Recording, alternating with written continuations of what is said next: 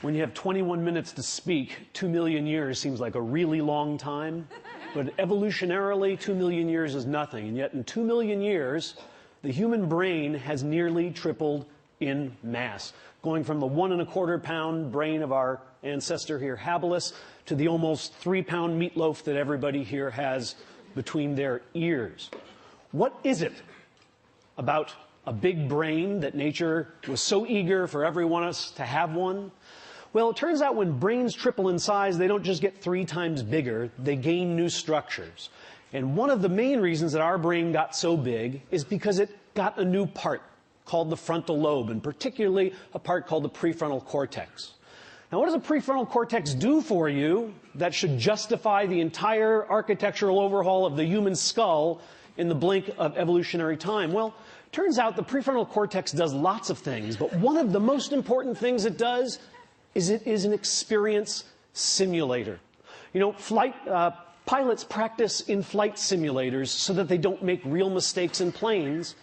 Human beings have this marvelous adaptation that they can actually have experiences in their heads before they try them out in real life. This is a trick that none of our ancestors could do, that no other animal can do quite like we can. It's a marvelous adaptation. It's up there with opposable thumbs and standing upright in language as one of the things that got our species out of the trees and into the shopping mall. Now, all of you have done this. I mean, you know, Ben & Jerry's doesn't have liver and onion ice cream, and it's not because they whipped some up, tried it, and went yuck.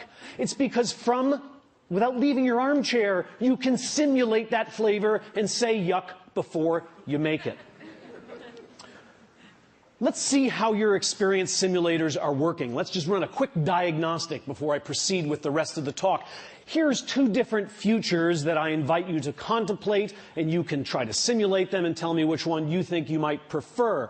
One of them is winning the lottery. This is about $314 million, and the other is becoming paraplegic. So just give it a moment of thought. You probably don't feel like you need a moment of thought. And interestingly, there are data on these 2 groups of people, data on how happy they are. And this is exactly what you expected, isn't it?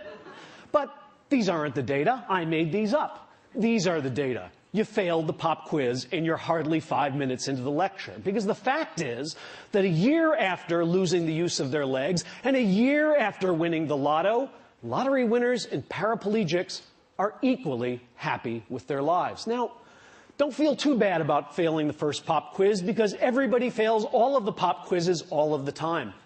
The research that my laboratory has been doing, that economists and psychologists around the country have been doing, have revealed something really quite startling to us.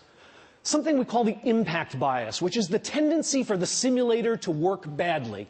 For the simulator to make you believe that different outcomes are more different than in fact they really are. From field studies to laboratory studies, we see that winning or losing an election, gaining or losing a romantic partner, getting or not getting a promotion, passing or not passing a college test, on and on, have far less impact, less intensity, and much less duration than people expect them to have. In fact, a recent study, this almost floors me, a recent study showing how major life traumas affect people suggests that if it happened over 3 months ago, with only a few exceptions, it has no impact whatsoever on your happiness. Why?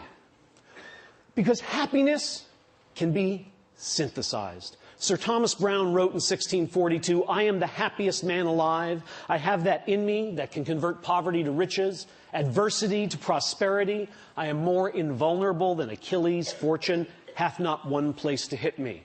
What kind of remarkable machinery does this guy have in his head? Well, it turns out it's precisely the same remarkable machinery that all of us have. Human beings have something that we might think of as a psychological immune system, a system of cognitive processes, largely non-conscious cognitive processes, that help them change their views of the world so that they can feel better about the worlds in which they find themselves. Like Sir Thomas, you have this machine. Unlike Sir Thomas, you seem not to know it. We synthesize happiness, but we think happiness is a thing to be found. Now, you don't need me to give you too many examples of people synthesizing happiness, I suspect, though I'm going to show you some experimental evidence. You don't have to look very far for evidence. As a challenge to myself, since I say this once in a while in lectures, I took a copy of the New York Times and tried to find some instances of people synthesizing happiness. And here are 3 guys synthesizing happiness. I'm so much better off physically, financially, emotionally, and almost every other way, mentally, almost every other way. I don't have 1 minute's regret. It was a glorious experience. I believe it turned out for the best. Who are these characters who are so damn happy? Well, the first one is Jim Wright. Some of you are old enough to remember. He was the chairman of the House of Representatives. And he resigned in disgrace when this young Republican named Newt Gingrich found out about a shady book deal he had done. He lost everything. The most powerful Democrat in the country, he lost everything. He lost his money, he lost his power. What does he have to say all these years later about it? I am so much better off, physically, financially, mentally, and in almost every other way. What other way would there be to be better off? Vegetably, minerally, animally? He's pretty much covered in there. Maurice Bickham is somebody you've never heard of. Maurice Bickham uttered these words. Upon being released, he was 78 years old. He'd spent 37 years in Louisiana State Penitentiary for a crime he didn't commit. He was ultimately exonerated at the age of 78 through DNA evidence. And what did he have to say about his experience? I don't have 1 minute's regret. It was a glorious experience. Glorious! This guy is not saying, well, yeah, there's some nice guys. They had a gym. It's glorious, a word we usually reserve for something like a religious experience. Harriet Langerman uttered these words, and he's somebody you might have known but didn't, because in 1949 he read a little article in the paper about a hamburger stand owned by these 2 brothers named McDonald's, and he thought, that's a really neat idea. So he went to find them. They said, we'd give you a franchise on this for $3,000. Harry went back to New York, asked his brother, who was an investment banker, to loan him the $3,000, and his brother's immortal words were, you idiot, nobody eats hamburgers. He wouldn't lend him the money, and of course, 6 months later, Ray Kroc had exactly the same idea. It turns out people do eat hamburgers, and Ray Kroc, for a while, became the richest man in America.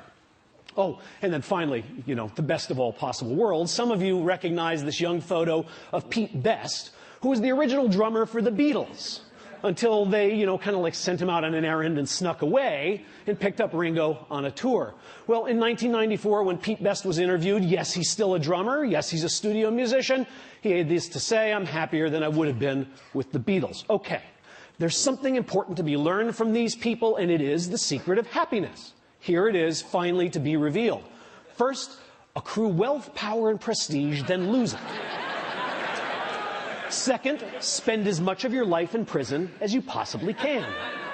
Third, make somebody else really, really rich.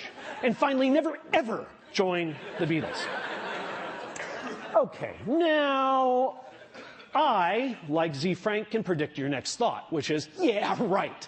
Because when people synthesize happiness, as these gentlemen seem to have done, we all smile at them, but we kind of roll our eyes and say, yeah, right, you never really wanted the job. Oh, yeah, right. You really didn't have that much in common with her, and you figured that out just about the time she threw the engagement ring in your face. We smirk because we believe that synthetic happiness is not of the same quality as what we might call natural happiness. What are these terms? Natural happiness is what we get when we get what we wanted, and synthetic happiness is what we make when we don't get what we wanted. And in our society, we have a strong belief that synthetic happiness is of an inferior kind. Why do we have that belief? Well, it's very simple. What kind of economic engine would keep churning if we believed that not getting what we want could make us just as happy as getting it? With all apologies to my friend Mathieu Ricard, a shopping mall full of Zen monks is not going to be particularly profitable because they don't want stuff enough. I want to suggest to you that synthetic happiness is every bit as real and enduring as the kind of happiness you stumble upon when you get exactly what you were aiming for. Now, I'm a scientist, so I'm going to do this not with rhetoric, but by marinating you in a little bit of data.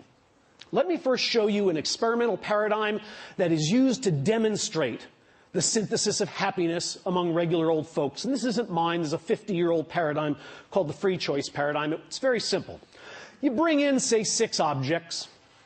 and you ask a subject to rank them from the most to the least liked. In this case, because the experiment I'm going to tell you about uses them, these are Monet prints. So everybody can rank these Monet prints from the one they like the most to the one they like the least. Now we give you a choice. We happen to have some extra prints in the closet, and we're going to give you one as your prize to take home. We happen to have number 3 and number 4, we tell the subject. There's a bit of a difficult choice, because neither one is preferred strongly to the other, but naturally, people tend to pick number 3 because they liked it a little better than number 4. Sometime later, it could be 15 minutes, it could be 15 days, the same stimuli are put before the subject, and the subject is asked to re-rank the stimuli. Tell us how much you like them now. What happens? Watch as happiness is synthesized. This is the result that has been replicated over and over again. You're watching happiness be synthesized. Would you like to see it again? Happiness. The one I got is really better than I thought. That other one I didn't get sucks. That's the synthesis of happiness. Now, what's the right response to that? Yeah, right. Now, here's the experiment we did, and I hope this is going to convince you that yeah, right was not the right response. We did this experiment with a group of patients who had anterograde amnesia. These are hospitalized patients. Most of them have Korsakoff syndrome, polyneurotic psychosis, that they drank way too much and they can't make new memories. Okay, they remember their childhood, but if you walk in and introduce yourself and then leave the room, when you come back, they don't know who you are. We took our Monet prints to the hospital, and we asked these patients to rank them from the one they liked the most to the one they liked the least. We then gave them the choice between number 3 and number 4. Like everybody else, they said, gee, thanks, doc, that's great. I could use a new print. I'll take number 3. We explained we would have number 3 mailed to them. We gathered up our materials, and we went out of the room and counted to a half hour. Back into the room. We say, hi, we're back. The patients, bless them, say, oh, doc, I'm sorry, I got a memory problem. That's why I'm here. If I've met you before, I don't remember. Really, Jim, you don't remember? I was just here with the Monet prints. Sorry, doc, I just don't have a clue. No problem, Jim. All I want you to do is rank these for me from the one you like the most to the one you like the least. What do? Well, let's first check and make sure they're really amnesic. We asked these amnesic patients to tell us which one they own. Which one they chose last time, which one is theirs. And what we find is amnesic patients just guess. These are normal controls. If I did this with you, all of you would know which print you chose. But if I do this with amnesic patients, they don't have a clue. They can't pick their print out of a lineup. Here's what normal controls do. They synthesize happiness, right? This is the change in liking score, the change from the first time they ranked to the second time they ranked. Normal controls show, that was the magic I showed you. Now I'm showing it to you in graphical form. The one I own is better than I thought. The one I didn't own, the one I left behind, is not as good as I thought. Amnesics do exactly the same thing. Think about this result. These people like better the one they own, but they don't know they own it. Yeah, right is not the right response. What these people did when they synthesized happiness is they really, truly changed their affective, hedonic, aesthetic reactions to that poster. They're not just saying it because they own it, because they don't know they own it. Now, when psychologists show you bars, you know that they are showing you averages of lots of people. And yet, all of us have this psychological immune system, this capacity to synthesize happiness, but some of us do this trick better than others. And some situations allow anybody to do it more effectively than other situations do. It turns out that freedom, the ability to make up your mind and change your mind, is the friend of natural happiness, because it allows you to choose among all those delicious futures and find the one that you would most enjoy. But freedom to choose, to change and make up your mind, is the enemy of synthetic happiness. And I'm going to show you why. Gilbert already knows, of course. You're reading the cartoon as I'm talking. Dogbert's tech support, how may I abuse you? My printer prints a blank page after every document. Why would you complain about getting free paper? Free? Are you just giving me my own paper? Egad, man, look at the quality of the free paper compared to your lousy regular paper. Only a fool or a liar would say that they look the same. Now that you mention it, it does seem a little silkier. What are you doing? I'm helping people accept the things they cannot change. Indeed. The psychological immune system works best when we are totally stuck, when we are trapped. This is the difference between dating and marriage, right? I mean, you go out on a date with a guy and he picks his nose. You don't go out on another date. You're married to a guy and he picks his nose. Yeah, he has a heart of gold. Don't touch the fruitcake, right? You find a way to be happy with what's happened. Now, what I want to show you is that people don't know this about themselves, and not knowing this can work to our supreme disadvantage. Here's an experiment we did at Harvard. We created a photography course, a black and white photography course, and we allowed students to come in and learn how to use a darkroom. So we gave them cameras, they went around campus, they took 12 pictures of their favorite professors in their dorm room and their dog and all the other things they wanted to have Harvard memories of. They bring us the camera, we make up a contact sheet, they figure out which are the 2 best pictures, and we now spend 6 hours teaching them about darkrooms, and they blow 2 of them up, and they have 2 gorgeous 8x10 glossies of meaningful things to them, and we say, which one would you like to give up? They say, I have to give one up. Oh, yes, we need one as evidence of the class project. So you have to give me one, you have to make a choice, you get to keep one, and I get to keep one. Now, there are 2 conditions in this experiment. In one case, the students are told, but you know, if you want to change your mind, I'll always have the other one here, and in the next 4 days before I actually mail it to headquarters, I'll be glad to, headquarters, I'll be glad to swap it out with you. In fact, I'll come to your dorm room and just give me an email. Better yet, I'll check with you. You ever want to change your mind, it's totally returnable. The other half of the students are told exactly the opposite. Make your choice, and by the way, the mail is going out, gosh, in 2 minutes to England. Your picture will be winging its way over the Atlantic. You will never see it again. Now, half of the students in each of these conditions are asked to make predictions about how much they're going to come to like the picture that they keep and the picture they leave behind.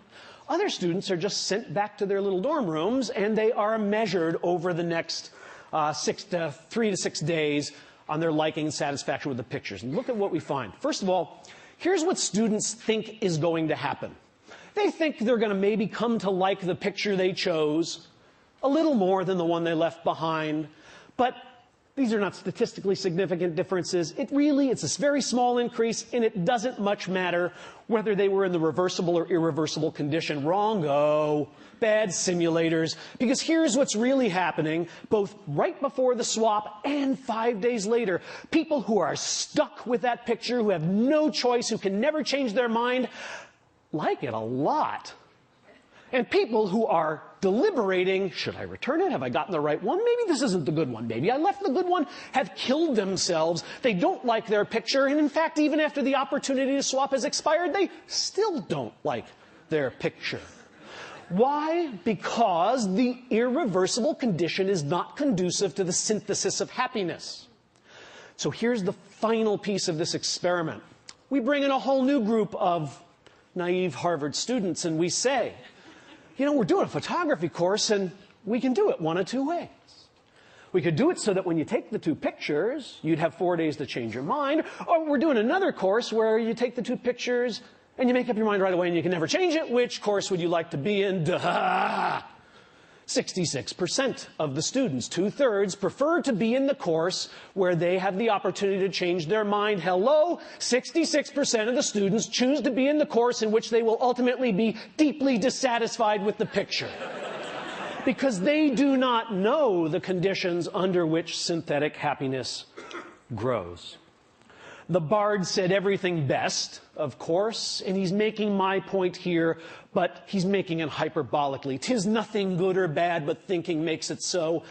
It's nice poetry, but that can't exactly be right. Is there really nothing good or bad? Is it really the case that gallbladder surgery and a trip to Paris are just the same thing?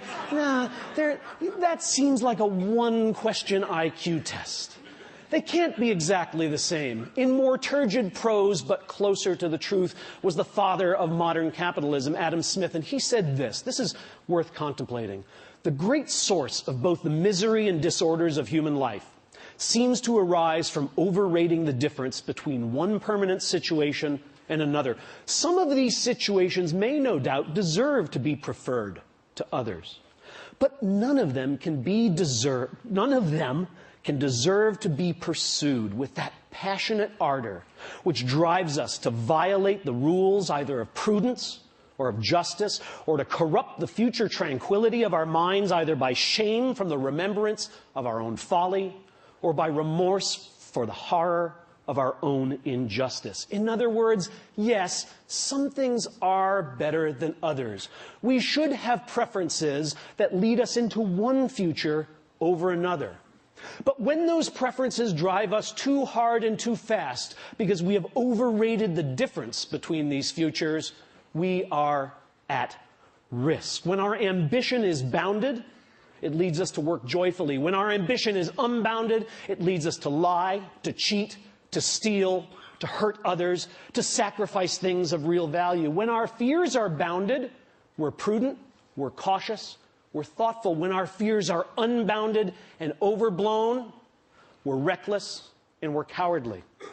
The lesson I want to leave you with from these data is that our longings and our worries are both to some degree overblown because we have within us the capacity to manufacture the very commodity we are constantly chasing when we choose experience. Thank you.